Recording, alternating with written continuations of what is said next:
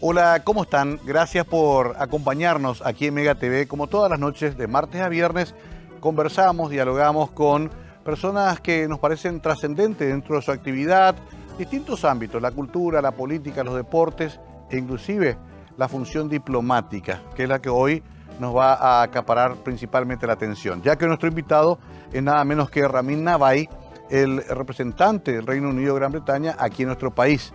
Así que tenemos un programa de lujo realmente porque el querido embajador Nawai nos puede contar mucho de esta historia en común que tenemos paraguayos y británicos y también un poco del contexto internacional en este momento siempre tan delicado de la humanidad. Vamos a hacer una presentación formal y enseguida los saludamos. Este es nuestro invitado de esta noche.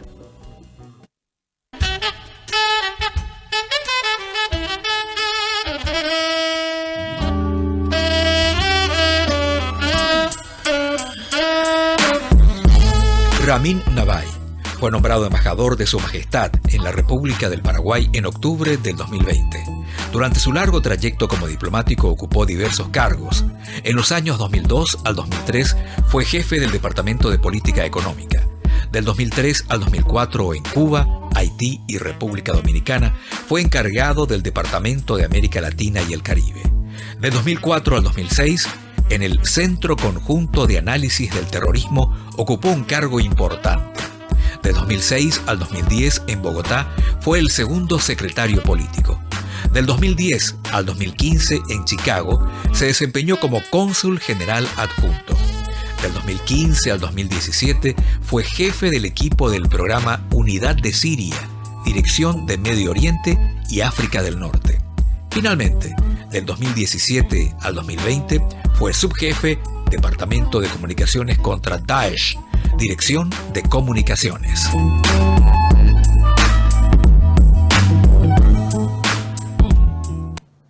Nuestro invitado de hoy, el embajador británico en Paraguay, Ramin Nawai. Ramin, gracias por estar, bienvenido. Muchas gracias por la invitación. Bueno, ¿qué currículum a pesar de tu juventud? ¿Cuántos años tienes? 43. 43, pero ya viviste bastante, ¿no? Sí, 20 años en la carrera diplomática. ¿Por qué entraste a la carrera diplomática? La verdad, siempre quería trabajar en el servicio público y también quería viajar y conocer el mundo. Entonces, una mezcla de las dos cosas que quería hacer en mi vida. Cuando hablamos de 20 años, hablamos de esa transición entre el siglo XX y el XXI. Claro. Una Inglaterra también con una cantidad de novedades, de cambios políticos, sociales. ¿Tu juventud cómo fue? Sí, muy rico. Yo nací en Londres, crecí en Londres. Fui a estudiar en el norte de Inglaterra, en Leeds. Sí. Y volví a Londres después de mi universidad y estaba buscando trabajo. Y como dijo, era una época, como el siglo comenzó realmente con la geopolítica del 9/11.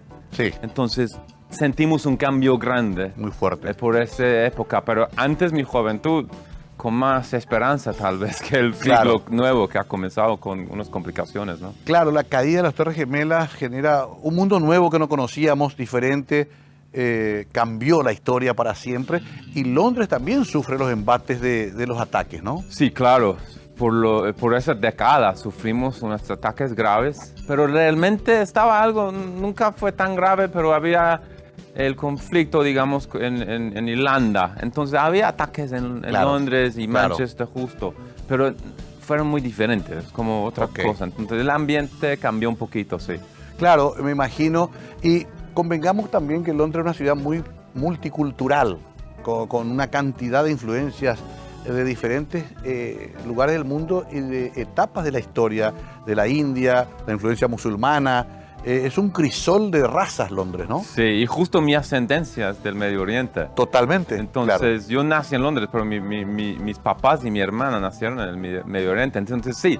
Yo creciendo en Londres, yo vi, no sentí nada diferente, como vi tanta multiculturalismo en la ciudad y en el país entero. Claro. Que sí, y lo hemos usado como para fortalecer al país realmente. Hay un retos, no voy a decir que es un paraíso, siempre hay retos, pero la gente hemos tenido inmigración desde que comenzamos a salir de la selva, básicamente. Exacto, eso es algo que y no podemos pararlo. Ajá. La gente siempre está en un movimiento.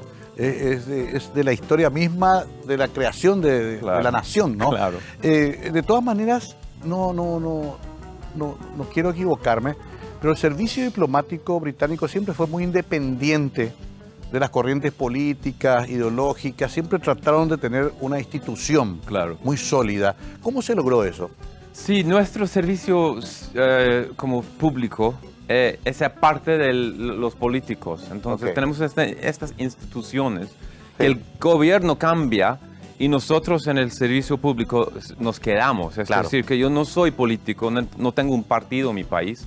Y si el gobierno cambia, mi agenda tal vez cambiará para representar, pero yo no cambio. Entonces, lo bueno, hay buenos y malos como en todo, pero lo bueno es que tenemos una como estabilidad. Exacto. Sí, y tienen, digamos, una especie de proyecto de trabajo diplomático que va más allá de los gobiernos. Mira, perdón. Sí. No, y quiero nomás entender, ¿y quién les nombra a ustedes? ¿La reina o el primer ministro?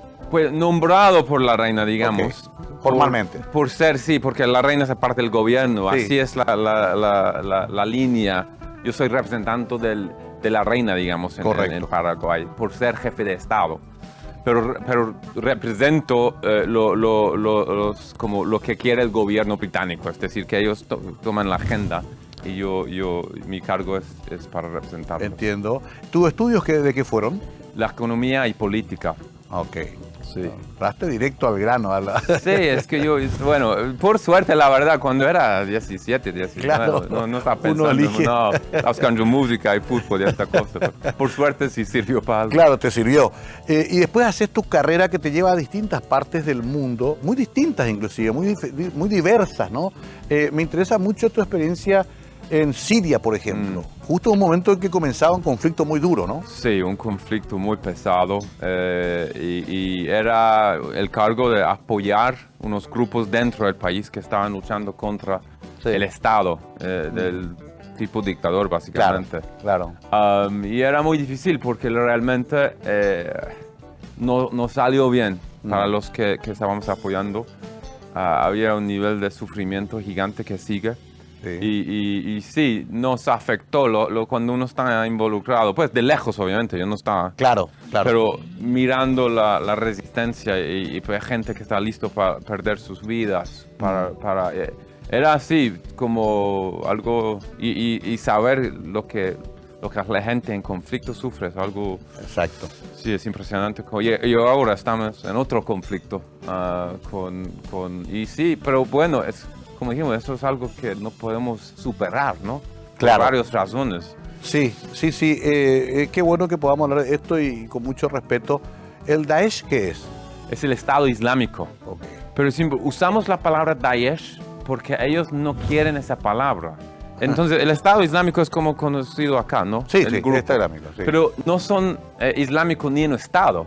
Entonces, las palabras Estado Islámico son parte de su propaganda. Okay. Entonces, por eso no queremos darle el espacio. Entiendo. Entonces, eso fue mi cargo contra su propaganda. Entonces, estaba justo su nombre. Y todo fue una lucha de propaganda. ¿El Daesh llevó también la violencia a Inglaterra? Sí, había muchos británicos, varios británicos que fueron a combatir ahí. A combatir para Daesh, para el Estado Islámico. Sí. Y también tuvieron presencia ellos en Inglaterra con unos ataques. Nacieron en Inglaterra, fueron a Siria y volvieron y atacaron nosotros mismos. Sí, es una cosa rara, pero siempre hay que tener paciencia, entender las cosas, porque a veces la reacción puede ser fuerte de un pueblo, como que rabia, pero siempre hay que como entender. Hay que entender el contexto, la historia. Esos chicos fueron, tenemos que hacer todo para combatirles, pero tenemos que mantener nuestro paciencia, ¿no? ¿Fueron ideologizados? ¿Les lavaron el cerebro? ¿Cómo se produce eso para que llegue al fanatismo de producir todo ese terrorismo internacional? Súper interesante pregunta, porque cada grupo tiene otro camino. Y lo que vimos con Daesh no era religioso. Son bandas. Entonces, chicos que estaban vendiendo drogas con muchas mujeres volvieron en un como fanatismo islámico que dice que no puede tomar drogas o tener mujeres. Entonces, pero el camino es por ser parte de una banda. Es como unos chicos quieren ser parte de algo, ¿no? Como las maras de Centroamérica. Igual, es como Ok. una banda criminal. Y entonces el camino no era religioso. Al-Qaeda, por ejemplo, Sí. su camino sí es religioso. Sí, Hay que fundamentalista. hay que estudiar primero y lograr ciertos pasos, pero Daesh no entra en cualquier tipo de la calle y después llegue la religión para, bueno, no es Para justificar. para justificarlo. Mm, Y así pasa el camino. Pero el camino no comienza religioso. Qué interesante entender esto, que para nosotros es muy lejano, que lo leemos en la prensa internacional, pero que no tenemos la posibilidad de hablar muchas veces con alguien que estuvo ahí y que ha estudiado el fenómeno de cerca. Vamos a hacer una primera pausa, una charla imperdible con Ramin Nabay, que es el embajador ya hace casi 2 años en Asunción. Año y medio, sí. Año y medio. Le vamos a preguntar un poquito también cómo se siente acá en Paraguay. Su predecesor fue muy popular, fue casi una especie de rockstar, pero Ramin también tiene lo suyo y vamos a preguntarle muchas cosas que vio y que compartió en Paraguay. Pero eso a la vuelta de la pausa.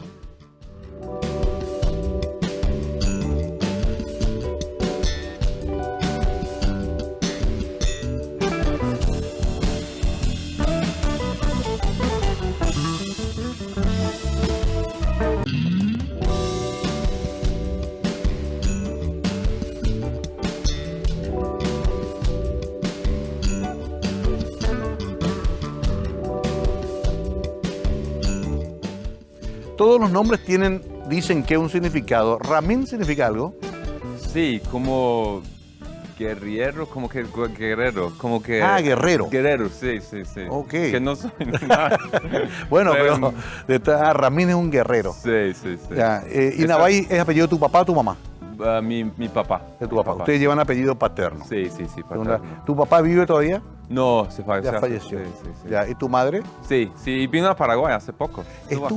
Sí, estuvo acá. ¿Qué tal, le gustó? Le encantó la segunda vez. La segunda Sí, es bueno. sí, sí. Tenemos entonces una posible residente en Paraguay. Casada con una colombiana. Sí, colombiana. Sí. ¿Tenés hijos? No, nosotros no. Todavía Una están- gata. Bueno, pero ahí la conociste a tu esposa en Bogotá. Sí, Oh. mi primer misión afuera del país. Ok. Y nos conocimos cuando yo estaba trabajando en la embajada en Bogotá. Justo ahora ocurrió algo muy, muy triste, que fue la muerte del fiscal Pecci en tierra colombiana. Sí. Esto sacudió todo el panorama local, internacional. Tenemos que pensar en términos transnacionales en cuanto a este tipo de grupos irregulares, de narcotraficantes, de narcoterroristas. ¿Ya es un problema global? Totalmente. Y tenemos que trabajar juntos, digo como gobiernos, instituciones para combatirlo. Entonces eso muestra esa tragedia. Mostró la internacionalización del problema, que ya es décadas, pero tenemos que mejorar nuestros sistemas de interacción en estos temas. Claro, en ese sentido hay mucha atención sobre Paraguay, porque además de ser un país con muchas oportunidades y con mucho potencial, también tenemos el problema ya instalado de la influencia de los contrabandistas de narcóticos, del narcoterrorismo, de la violencia. ¿Es una cuestión que tendrá que solucionarlo el país o tendrá que pedir cooperación? ¿Qué experiencia tenés vos? ¿Cómo hizo Colombia? ¿Cómo hacen otros países? Primero, hay que tener la voluntad del país y el pueblo paraguayo. Y eso veo en mucho. Sí. Mirando la reacción de lo que pasó en San Bernardino, por ejemplo. Por ejemplo. La sociedad no quería aceptarlo. Exacto. Eso es muy importante. Fue muy porque- doloroso. Muy doloroso, pero en muchos países, por tristeza, por ejemplo, Colombia o tal vez México, pasa todo el día y no hay reacción porque están acostumbrados. Lastimosamente. Eso es muy peligroso, pero acá no hay este ambiente. Es muy importante la reacción que yo vi del pueblo paraguayo. Claro. ¿Dónde hay que atacar? La finanza, los números, el dinero. Hasta la demanda. Y no voy a sentarse acá diciendo que es problema de América Latina. Nosotros somos los Claro. consumidores. Claro. claro. En Londres, por todo, y en Estados Unidos, en Londres, en Sí. Brasil. Son consumidores de drogas. Para mí el problema es no estamos, la verdad, atacando el problema. Hay otra solución que es más para allá, pero no estamos listos para hacer lo que tiene que hacer con una forma de leyes en los países donde hay mucha demanda. Pero para contestar su pregunta, tiene que ser todos juntos, es decir, que voluntad acá con apoyo internacional. Porque lo curioso es que gran parte de la droga decomisada en los últimos meses, mucha cantidad, grandes toneladas, fue en Europa, más que en Estados Unidos.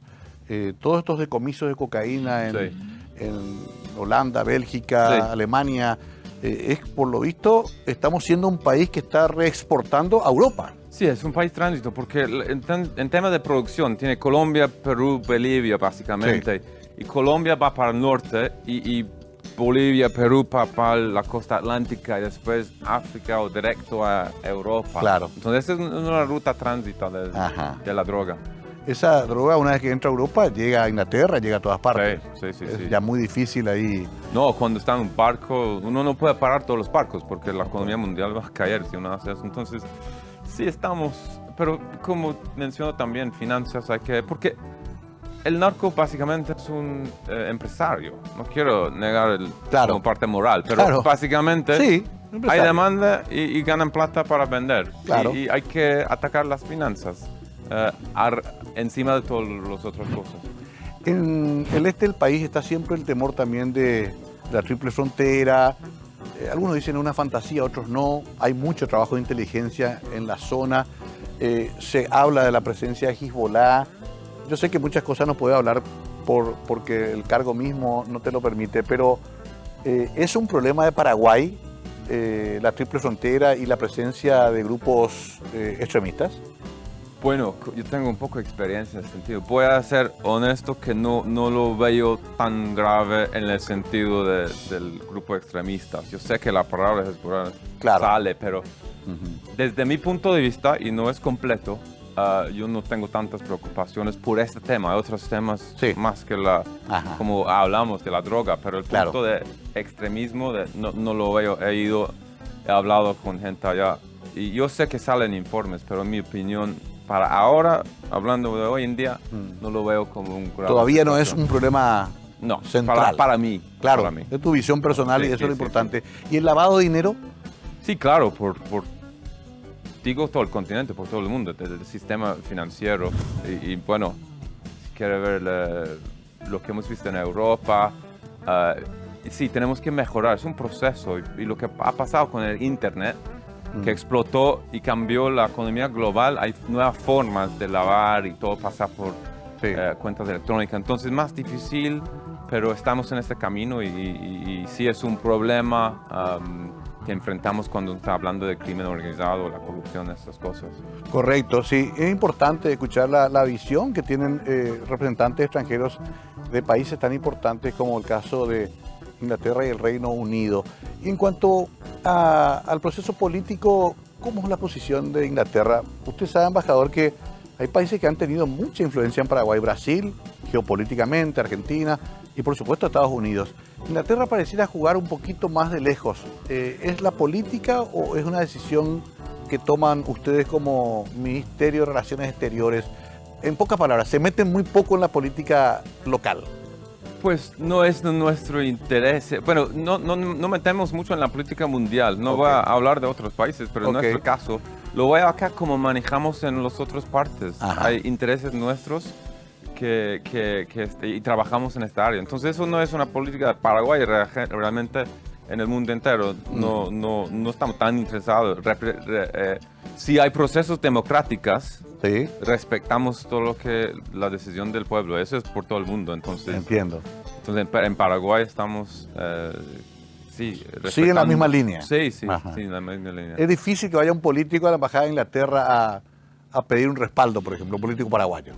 Que no hay forma de pedir espalda. No hay el reino de Gran Bretaña no se mete en esas cosas. No. Pero sí tienen un problema político, diplomático muy grave, muy complicado, que es el de Julian Assange. ¿Cómo va a terminar eso? ¿En qué sentido? Porque pidió asilo en Ecuador, la embajada de Ecuador queda dentro de la sede y ahora están en un proceso judicial muy complejo. Sí, bueno, salió la embajada, Sí. porque estaba en la embajada por muchos años. Sí. Pero eso es un proceso de los cortes. Entonces, Ok. hay mucho, es un punto importante, hay mucha separación entre el gobierno y la corte. Correcto. El corte. O sea, Entonces, el Poder Ejecutivo no se mete en eso. no, y no debe meterse la Correcto. política en esto. Entonces, eso es un proceso jurídico, hay abogados, entonces eso está fuera de la política británica. Obviamente hay presión Sí. de países contra la política, pero la política siempre tiene que decir que estén los cortes y así se queda. O sea, la suerte del señor Assange lo va a decidir una corte británica. Sí, es como hay que procesarlo como cualquier otro caso. Y ahí se ve si puede ser extraditado o no a Estados Unidos. Sí, eso es el debate. Ya entiendo.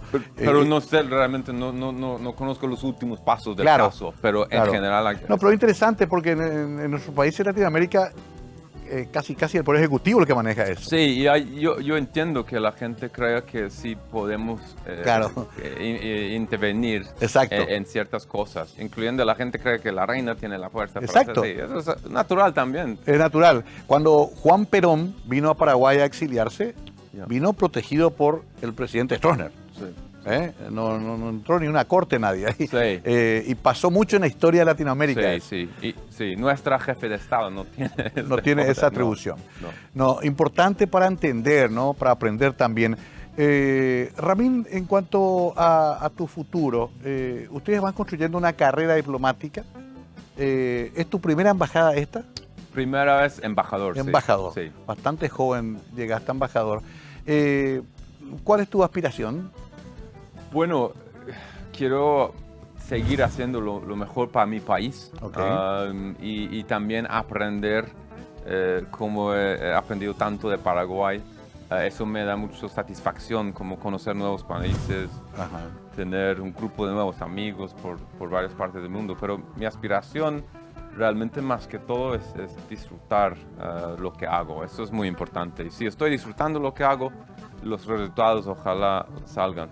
El Foreign Office británico también recortó gastos, también está muy austero como en todo el mundo. Sí. No, estoy luchando todo En el tiempo todas partes, para ¿no? fondos. Sí. Sí, porque hasta leí que inclusive preferían que la gente trabaje a distancia antes que ir a las oficinas allá en Londres. Sí, todavía estamos debatiendo eso, que hay Ajá. partes de la sociedad, bueno, hay parte del gobierno que quiere que más gente vuelva a las oficinas y todo lo que viene con este desafío después de la pandemia.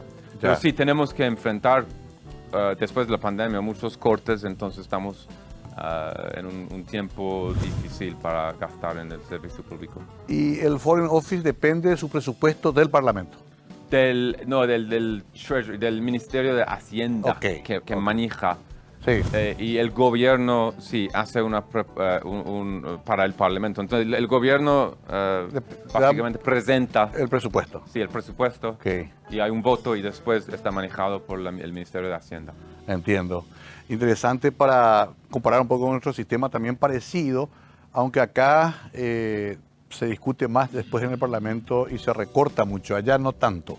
Allá se respeta bastante el presupuesto que se lleva. Sí, en general, no. Sí, el gobierno del día tiene una capacidad para pasar su agenda. Claro, Por ok. ser gobierno, entonces no tenemos, el parlamento allá no es tan fuerte como lo de acá. El Increíble, modelo ¿no? de Estados Unidos pone más poder Sí. al Congreso que nuestro parlamento. Mira vos, qué interesante también aprender eso. Coste que el Parlamento inglés siempre fue muy atractivo, sobre todo por su sistema de debate y por las figuras ilustres que tuvo en su recinto durante toda su historia. Vamos a volver enseguida con más de nuestro invitado. Hoy es un gusto. Hacemos muchos temas porque queremos aprovechar su presencia.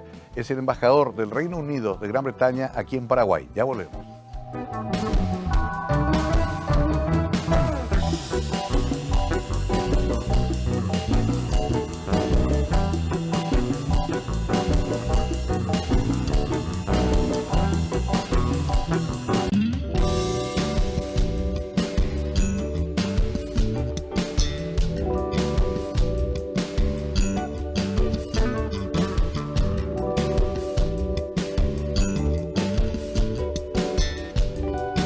Un honor tener acá al embajador inglés en Paraguay. No todos los días se puede hablar durante una hora con un representante de una historia con una nación con tanta historia.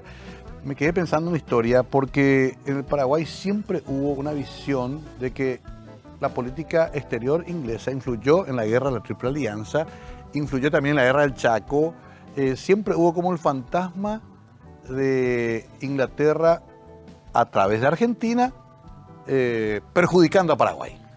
Y yo hablé con historiadores sobre este hecho y no hay evidencia de eso. Y más que todo voy a explicar algo que es importante. Mira, había obviamente el poder más grande del mundo, el Reino Unido, en esta época. Era el imperio. Sí, el imperio. Controlamos el mundo de finanzas. Sí. Entonces, cualquier guerra del mundo obviamente hubiera tenido plata de Londres. Claro. Como ahora, hay dólares en Argentina.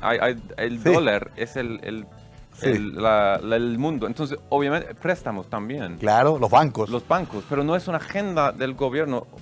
Más que todo, sí representación del mundo financiero. Que estaba controlado o centrado en Londres. Entonces, yo creo que si uno puede buscar préstamos, buscar reuniones, pero eso no significa una política del país.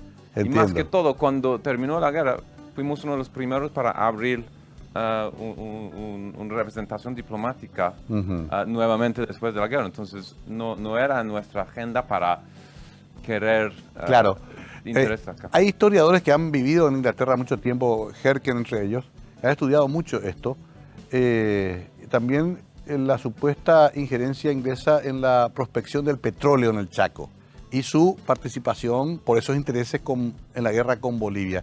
Lo que usted me dice es no hay prueba consistente de todo esto. Sí, son especulaciones. Sí, política del gobierno. Había empresas buscando cosas o había préstamos del banco, pero política del gobierno no hay ninguna evidencia de una política. Hay reuniones en Londres, pero eso no significa nada. Es una ciudad internacional. Ahora, convengamos que en cuanto a imperio, Inglaterra invade Buenos Aires inclusive en un momento dado. Sí, o sea, tenía presencia militar. Sí. Por muchas partes del mundo. Claro. Hay una historia muy interesante de Madame Lynch que dicen algunos historiadores se salva de ser asesinada porque la acompaña en la escuadra inglesa. Ah, sí, había leído algo así. Cuando vuelve ella a tratar de recuperar parte de sus bienes, ya había muerto el mariscal. La última vez que viene a Paraguay, ella baja, hay una conspiración para matarla, pero la respetan porque había una escuadra inglesa, ¿no? Muchos se animaban a desafiar en ese momento una delegación que vino a acompañarla desde Inglaterra. Digo, ese poder militar fáctico que tenía Inglaterra fue cambiando con el tiempo. Sí, como el siglo XX todo cambió. Más que todo después de la Primera Guerra Mundial. Reorganizamos nuestra agenda internacional. Incluyendo nuestro militar, que tiene una potencia, pero de la época del siglo XIX, obviamente, el mundo ha cambiado y nuestra posición ha cambiado. Claro, y ahí tengo que entrar en lo de Rusia y Ucrania, que nos parece a todos insólito en el siglo XXI. Sí. ¿No se vio venir? ¿Occidente no vio que eso llegaba? ¿No se creyó que iba a dar ese paso? Yo no creí, yo estaba leyendo todo lo que mostró que había gente llegando a la frontera, pero con eso yo no pensé que iba a pasar. Claro. Y fue un ataque no solo contra Ucrania, pero contra la autodeterminación de un país. El impacto ha sido grave por todo el mundo, pero al mismo tiempo es impresionante mirando la resistencia del pueblo ucraniano contra esa invasión. Que no es solo la decisión de una persona, sí, la gente habla mucho de Rusia, pero hay que hablar de una persona, no es... Claro. Fue su decisión y fue un error grave. ¿Qué consecuencias traería? Es difícil, bueno, ahora mirando lo que mi país, por ejemplo, ha apoyado en los foros internacionales, ellos están casi solos con Venezuela, con países así, muy pocos aliados. Entonces, por un parte es el esfuerzo diplomático.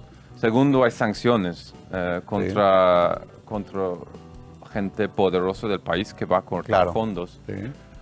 Y también estamos apoyando a la gente en Ucrania para su resistencia.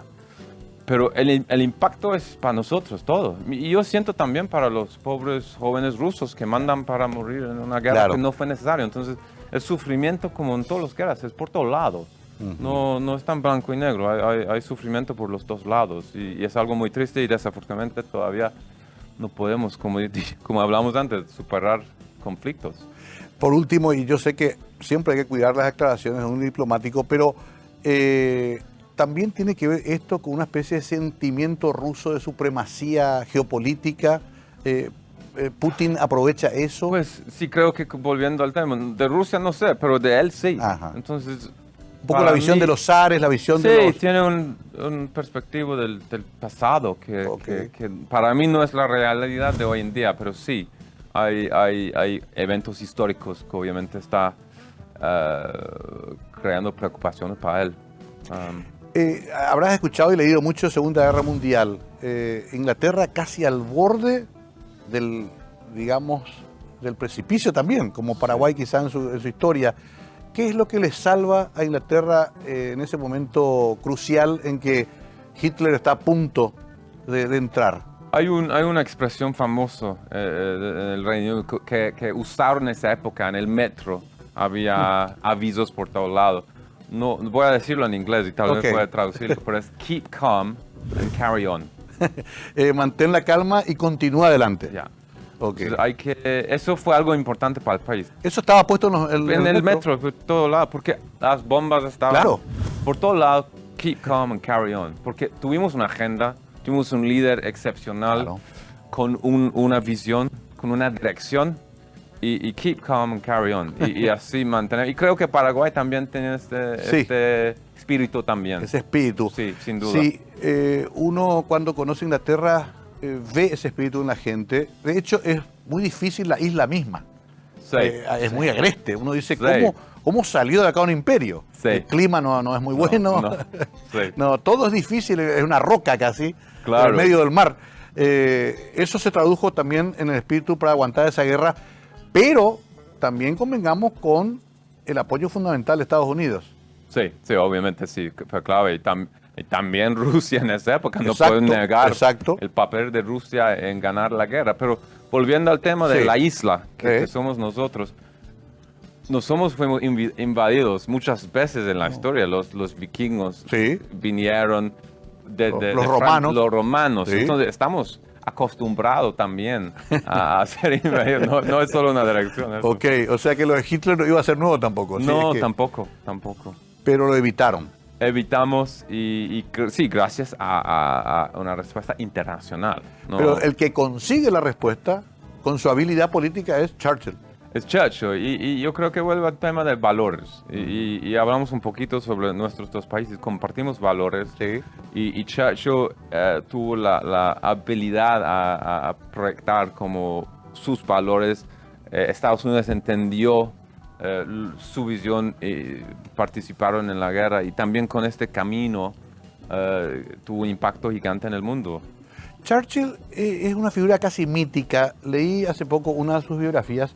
Caminaba en el campo de batalla, piloteaba unos aviones que eran unas cascaritas hasta casi demencial lo que el hombre hacía. Un hombre de mucha acción, Sí. muy polémico y muy resistido también. Sí, Inclusive pierde su elección después de ganar la guerra. Sí, en 45 perdió la elección. Sí. Y eso muestra algo del pueblo británico importante, porque él era un líder para la guerra. La guerra terminó y tuvimos que reconstruir el país. Claro. Y elegimos a alguien para este puesto. Y bueno, no creo que el señor Churchill entendió eso cuando perdió la elección. Extraordinario, ¿no? Sí. Muy lindo recordar estos aspectos de la historia que ya forman parte de la historia universal. Voy a preparar la pausa, vamos a entrar en la última parte. Quiero terminar el programa un poco con esa relación entre Inglaterra y Paraguay, más allá de esas sospechas de injerencia británica, la parte positiva, las colonias británicas, la influencia, la relación cultural y también comercial con Inglaterra. Recuerdo mi padre vendía algodón con una empresa muy grande acá y me explicaba que en Liverpool se compraba el algodón paraguayo. Durante mucho tiempo el gran mercado fue, puerta de entrada a Europa era Inglaterra, ¿no? Sí, en Liverpool, sí. ¿Cómo estamos comercialmente ahora con la relación? Aumentando. Ya. Aumentando. Realmente no ha sido lo que debe ser por Ajá. dos países que compartimos tanto, Sí. como en valores, en cultura. Sí. Pero ahora hay más presencia de empresas británicas y está aumentando. Ok.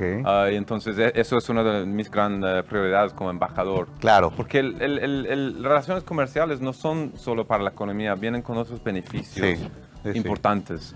Hemos tenido también interesantes flujos de estudiantes paraguayos yendo a Inglaterra. Sí, eso es súper importante Ajá. para mí, el proceso Chevening, Ok. que es unas becas. Más de 150 paraguayos han estudiado en el Reino Unido gracias a un convenio también que tenemos con Becal acá Exacto. en los últimos años. Y realmente ellos son los futuros embajadores de los dos países, que vayan allá, que aprenden y vuelven a Paraguay con nuevos ideas, pero siempre con un vínculo con el Reino Unido. Sí, ha crecido eso últimamente. Sí, ha crecido. Porque era muy difícil para un paraguayo ir a estudiar en Inglaterra hace 20, 30 años. Sí, es más Hoy ya hay un accesible. flujo. Sí, hay más flujo.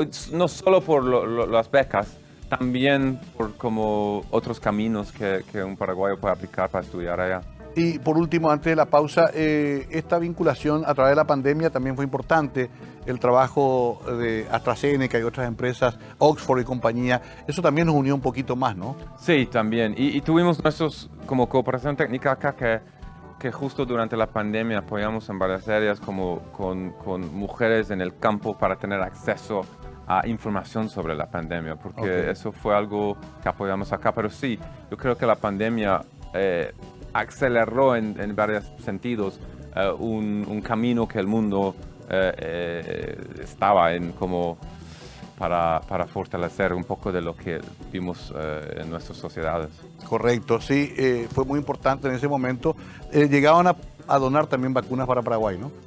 No donamos vacunas, pero ayudamos como el acceso para las Ok, vacunas que llegaron entiendo. acá. Sí, sí, sí. Sí, es interesantísimo porque me acuerdo cuando estábamos todos desesperados esperando las vacunas, una luz de esperanza apareció desde Oxford, como aparecieron de otros laboratorios. Y nunca antes trabajaron todos tan conjuntamente, ¿no? Sí, sí. Eso es muy interesante. Eso fue mi punto que no expliqué bien, justo lo Sí. que pasó con este. No necesitamos gobiernos tanto hoy en día, porque universidades trabajaron con universidades, sociedad civil con sociedad civil, entonces unió varias partes del mundo en una forma que no habíamos visto. Vamos a hacer la pausa. Interesantísima charla con Ramín Navay. Ya en la última parte entraremos un poco más en lo personal y en sus gustos, en sus inclinaciones personales y sobre todo en lo que ha vivido en este casi año y medio de presencia en Paraguay, un país muy distinto a su Inglaterra natal y seguramente es un país que llevará mucho tiempo en su recuerdo porque ha sido el primero que lo recibe como embajador del Reino Unido de Gran Bretaña. Ya enseguida volvemos con nuestro invitado especial en la última parte de Conversando en la Noche.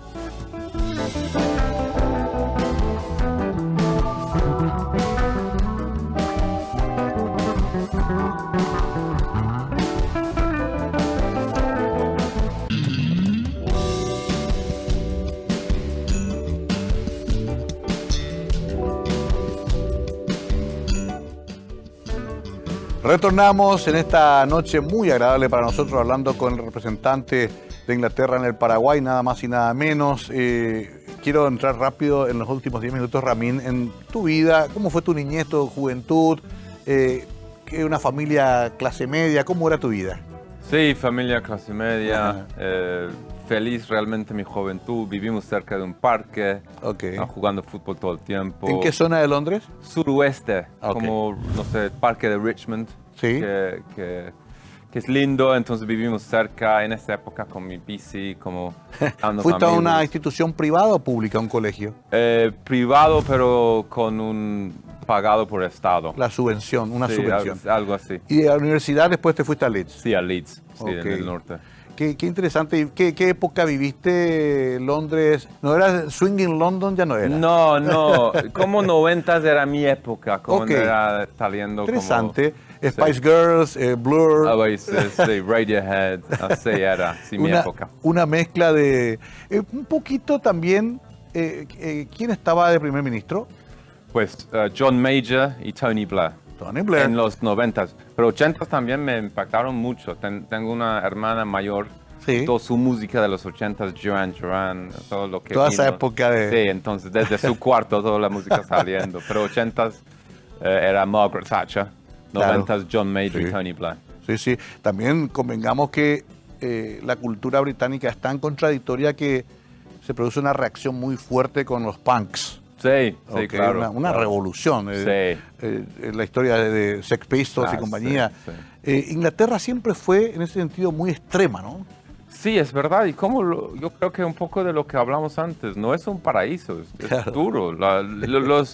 Los Beatles crecieron después de la guerra, en los Sí. 40s en Liverpool. Con mucha pobreza. Mucha pobreza. Sí, sí, sí, sí. Y de eso sale con pobreza, con libertad libertad de expresión, creo que sale, no sé, porque siempre pienso, ¿por qué sale tanto de esa chiquita isla en el tema de Exacto, sí. cultural y Cultural. música? Sí. Y creo que es una mezcla de varias cosas, pero uno es que no es un paraíso, pero hay mucha libertad de expresión. Con Margaret Thatcher hay gente que la admira casi como una Sí. figura sacra y otros, por supuesto, la odian. Pero, ¿qué era en realidad la dama de hierro? Como yo creo que como todo es un poco como Winston Churchill. Difícil como hablar blanco y negro. Hizo mucho para el país, pero tal vez la forma de hacerlo molestó un Sí. parte de la sociedad que nunca va nunca va a aceptar lo que Aceptar. hizo. Pero sin duda tuvo un impacto grande en el país, en el camino del país. Correcto. Y ganó Y 3 elecciones también. ganó 3 Sí, elecciones. sí. ¿Fue la primera mujer, primera ministra? Primera mujer, primer ministro. No es sí. poca cosa tampoco, ¿no? Sí, sí. En un país tan duro como el que estábamos describiendo, ¿no? Y lo otro también interesante, de Paraguay, ¿qué te llamó la atención? Pues primero, cuando estaba en el vuelo mirando por la ventana, que esté tan verde, era algo que hasta hoy Sí, impresiona. me encanta, Sí. la verdad. Y después el clima que realmente me gusta, Incluyendo el verano. incluyendo el verano. Ok. No me hace falta el clima londinense. Pero más que todo, el paraguayo. El paraguayo es alguien con una hospitalidad Sí. impresionante. Tengo buenos amigos allá. ¿Recorriste el interior? El interior, sí. Sí. Es importante para un embajador que no se quede en el capital. Ok. Y Te sí, vi en Encarnación, Ciudad del sí, Este. Sí. anduviste Concepción también. Concepción. Un poco del Chaco. Quiero viajar más y algo que la pandemia no pude viajar tanto como quería, pero poco por poco estoy. ¿Conociste Nueva Londres? Sí, sí, fui a un festival de barro allá. Ajá, del barro. Sí, el barro. Ajá. Sí, un pueblo chiquito, pero con un espíritu de disfrutar y gozar. Vale decir que pudiste llegar a entender un poco nuestra forma de pensar, nuestra muy distinta a la de ustedes. Sí, sí. Iba a decir también distinta a la región. Claro, Eso es cierto, sí. Hasta por el guaraní. Creo que este es famoso como isla sin mar, ¿no? Sí. Yo siento algo en común con ustedes, que Claro. somos una isla literal, pero acá También. también claro. es un sentido de una isla. Pero sí, distinto a nosotros, cosas que prefiero acá de mi cultura, sin duda. ¿Cómo ves el futuro político, económico, social del Paraguay? Yo soy optimista, más que todo por los jóvenes. Es una gran parte de la población. Sí. Yo salgo y voy a universidades, a colegios, y hablan de su futuro del país. Y hay una ola que no puede parar. Eso es el futuro del país. Y puede ser que unos no están tan contentos con Sí. la política o ciertos temas de corrupción, pero es su responsabilidad para cambiarlo. Y yo tengo fe que esta población joven va a crear su propio Paraguay. Y yo lo veo más importante que todo con un crecimiento sostenible. La agenda más importante del mundo. Hablamos mucho de conflicto y terrorismo, pero eso viene. El mundo solo tenemos uno y tenemos que preservarlo. Y hablando con jóvenes, esa lucha contra el cambio climático es algo que es su futuro. Claro, claro. Nosotros no vamos a estar en el próximo siglo, pero muchos de esos, ellos sí. Entonces, yo tengo fe que Paraguay está en un buen camino. En un mundo complicado, Paraguay está bien ubicado. Qué bueno escuchar eso de alguien que lo ve con la objetividad de ser alguien que viene de afuera. Porque acá adentro a veces entramos en un pesimismo muy grande. Sí. y hay mucha decepción inclusive de la democracia, lo cual es peligroso. Convengamos, Ramín, que acá vivimos muchos años en dictadura. Todavía la democracia es muy joven. Sí, y no voy a decir que es perfecto acá. Claro. Pero mirando afuera, a veces es difícil tener perspectiva de lo que está pasando en otras partes, porque la democracia en el mundo ahora está... Sí. Tenemos desafíos. Está cuestionada. No hemos solucionado la oferta. Uh-huh. Y en los países más importantes hay caminos complicados. Entonces, dado todo lo que está pasando en el mundo, digo que si no es perfecto, es joven, como dijo, Uh-huh. pero está en un buen camino y es parte de las relaciones internacionales para ayudar donde se puede en el camino para el desarrollo de la democracia. Por último, ya entrando en la parte final, ¿tenés alguna fe religiosa? ¿Sos de una religión? Yo no soy personalmente de una religión. Mi familia viene de una religión antigua, de persa. ¿Persa? Sí, que es zoroastrianismo. No sé cómo traducirlo. ¿Como los sunitas? No, bueno, por una parte sí hay musulmanes, mi familia, que son shia.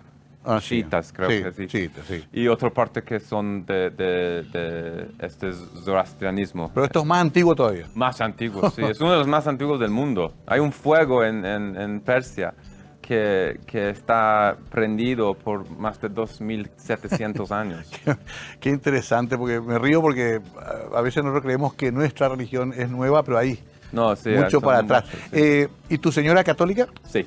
Claro, colombiana, Claro, latinoamericana, colombiana, sí. somos nosotros, estamos... Sí. Qué increíble, ¿no? Porque además venís de un país que es la cuna casi del protestantismo. Claro. La gran doctrina protestante es de Sí. Inglaterra, ¿no? Gracias a Enrique VIII. Claro, ¿no? Sí. claro, han peleado guerras por el tema. Claro. ¿Te influyó también eso? Bueno, yo fui a un colegio anglicano. Ok. Y leí los Lutero. libros también, la Biblia, incluyendo lo de mis abuelos. Sí. Y creo, pero bueno, para mí es un camino personal, ¿no? Si le ayuda a uno, qué Entiendo. bien.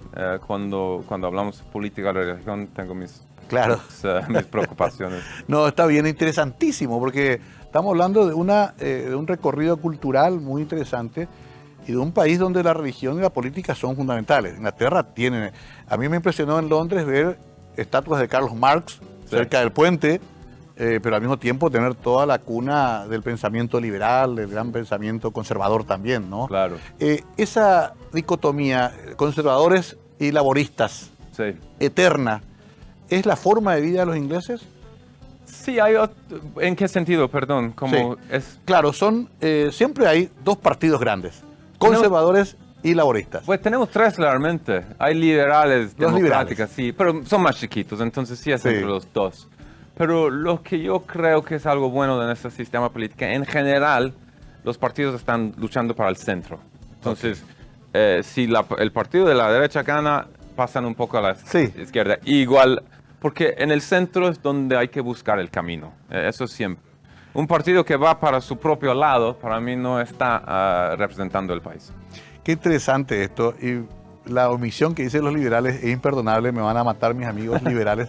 Pero es que siempre fueron más chiquitos y medio fueron detrás de los grupos que iban buscando ese centro. Claro. Precisamente. Pero sí, el gran pensamiento liberal viene también de Londres. Qué gusto, Ramín. Se nos acabó el tiempo, pero disfruté mucho esta charla.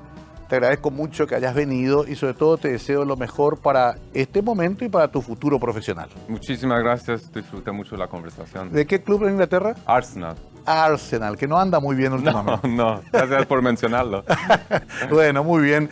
Solemos hablar también de fútbol con el embajador porque nos apasiona igualmente. Les agradecemos que nos hayan acompañado. Creo que fue una linda charla para entender mejor el pensamiento de un diplomático de carrera profesional de un país de los más importantes de la historia de la humanidad. No es poca cosa. Gracias por permitirnos entrar en su casa. Será hasta la próxima aquí, por supuesto, en Mega TV.